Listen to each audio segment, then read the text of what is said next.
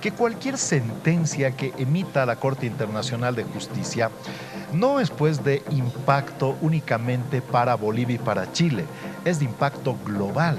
Porque una sentencia lo que va a hacer es reforzar la jurisprudencia de manera que a futuro otros estados pueden, en base a este refuerzo de la sentencia, iniciar también acciones con respecto a estos temas que se llaman actos unilaterales. Así que eso también es importante mencionar, que una sentencia en la Corte Internacional de Justicia no es solamente de efecto para los estados que están en controversia, sino para todos los estados del mundo. Por eso los fallos de la Corte Internacional de Justicia suelen ser salomónicos. ¿Por qué? Porque claro, es muy complejo que la Corte Internacional de Justicia, que es el escenario jurídico de la Organización de las Naciones Unidas, emita una sentencia contra un Estado en favor de otro Estado, dado que más bien esta Corte lo que tiene que hacer es tratar de avenir a las partes y no tratar de confrontar a las partes. Así que recordemos que el último asunto que más o menos tenemos en la memoria es el diferendo o la sentencia que fue entre Perú y Chile, donde prácticamente ha obrado de esa forma, salomónica. Los unos pedían el ángulo de la coordenada y los otros pedían la profundidad de las aguas territoriales, y al final ha dado una solución relativamente intermedia donde no ha afectado a ambas partes. Inclinando un poquito la balanza hacia Perú, ¿verdad? Un poquito, por supuesto, pero no ha tenido un efecto perverso en contra de los chilenos, sino básicamente en contra del sector pesquero. Entonces no ha afectado propiamente ni soberanía, ni mucha cosa, ni mucho menos. Entonces, no tenemos tampoco que ser exitistas en relación a lo que podría ser el fallo, pero lo que está pidiendo Bolivia tampoco es tan complejo. O sea, Bolivia no le está diciendo, señores, ustedes tienen que asegurarnos que fruto de la negociación vamos a tener un retorno expedito al mar. No le está pidiendo eso Bolivia a la Corte Internacional Pero eso de lo ha Justicia. interpretado Chile con los dichos de Antofagasta, por ejemplo. Claro, pero como te digo, en este caso la Corte no se va a basar ni en lo que diga el presidente boliviano, eso es anecdótico, ni en lo que diga el presidente chileno, ni en lo que digan altas autoridades de ambos estados, porque entonces esto sería de nunca acabar, ¿no? Esto es alegatos escritos y alegatos orales. No obstante, es importante también lo que hablábamos la anterior vez, que haya una coherencia entre el trabajo técnico y la línea discursiva de las autoridades, porque si por un lado el trabajo técnico se está haciendo de manera prolija, es importante que la línea discursiva de las autoridades genere un acompañamiento coherente y no más bien empiece a colocar una serie de obstáculos que luego utilizan autoridades de otros países, aunque afortunadamente, te repito, no tiene absolutamente ninguna trascendencia en el ánimo de los jueces.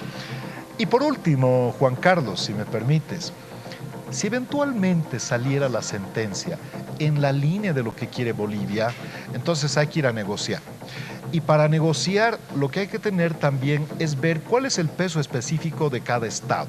¿Estamos en las mismas condiciones de equilibrio de poder? En este momento probablemente haya una asimetría de poder. Eso es una desventaja nuestra, porque además tenemos una dependencia casi total de los puertos chilenos. Chile tiene casi el monopolio de todo nuestro flujo comercial, tanto de exportación como de importación. Por eso Bolivia lo que tiene que tener ya desde una perspectiva geoestratégica y geopolítica son alternativas a los puertos chilenos, porque la excesiva dependencia nos hace débiles. Y por eso quiero tocar el tema de la interconexión ferroviaria, que es lo que incrementaría notablemente nuestro poder de negociación, porque tendríamos una salida física al Atlántico y al Pacífico, pero lo mejor de todo, estaríamos en puertos peruanos y ya no en puertos chilenos. Y esas son las cosas que generan un relativo equilibrio de poder. Eso es lo para estrictamente ir a comercial, negociar. pero, ¿no? Pero por supuesto, porque al final en el tema de la negociación van a primar los intereses. Y la negociación tiene que ser un espacio de intereses compartidos. No vamos a pensar que nosotros vamos a obtener algo a cambio de nada. Este espacio de interés compartido tiene que ver no solamente con una resolución de beneficio bilateral, sino inclusive hay que pensar en clave multilateral o regional.